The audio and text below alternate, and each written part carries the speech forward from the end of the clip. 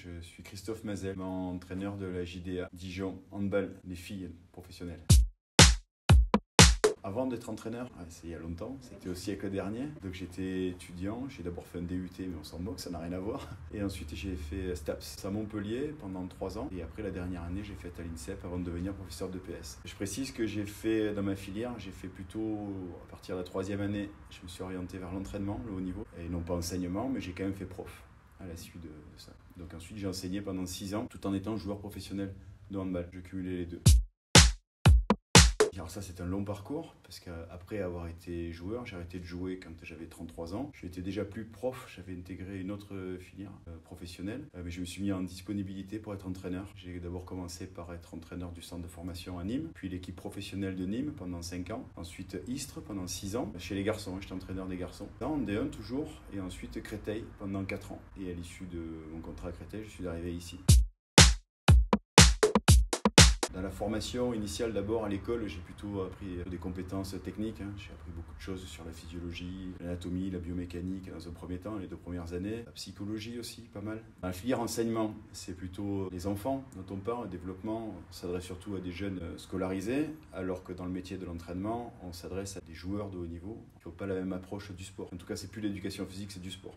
Donc on va dire qu'à l'école, j'ai appris tout ce qui était technique, tactique, des choses qui me servent encore, mais pas forcément de la même façon. En devenant entraîneur, je tournais vers le management. Parce qu'aujourd'hui, on a tous, les entraîneurs, on a tous la même connaissance, la même formation sur le plan du handball, par exemple, qui est ma spécialité. La différence, elle se fait sur la façon de manager un groupe.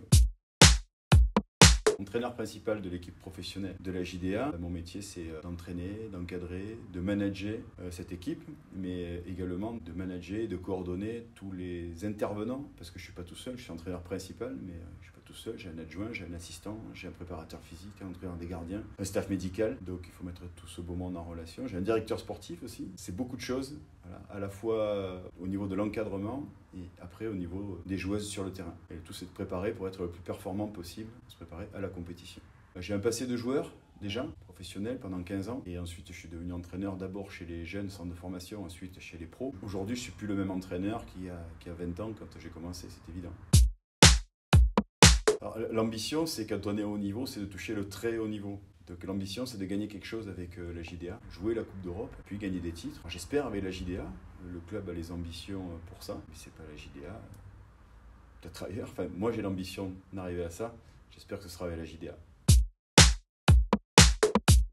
Être déterminé, passionné, persévérant, et je pense qu'il faut connaître, avoir mis déjà un petit peu le pied dans le haut niveau pour pouvoir l'encadrer ensuite. Pas forcément les meilleurs joueurs qui font les meilleurs entraîneurs, mais comprendre un petit peu sur le plan émotionnel ce qui se passe dans la tête des joueurs ou des joueuses, peut-être l'avoir vécu un minimum, parce que c'est quelque chose de très particulier. Alors moi je travaille beaucoup, les joueuses ne peuvent pas s'entraîner 30 ou 35 heures par semaine. Je ne compte pas mes heures, si je devais les compter, les syndicats ne seraient pas d'accord. C'est plus de 50 heures par semaine, en moyenne, sachant que ça varie énormément, mais c'est beaucoup plus même. On ne compte pas ses heures quand on est entraîneur. Si on commence à compter ses heures, il faut changer de métier. J'ai le privilège, la chance de vivre aujourd'hui de ma passion, c'est quelque chose que je souhaite à tout le monde.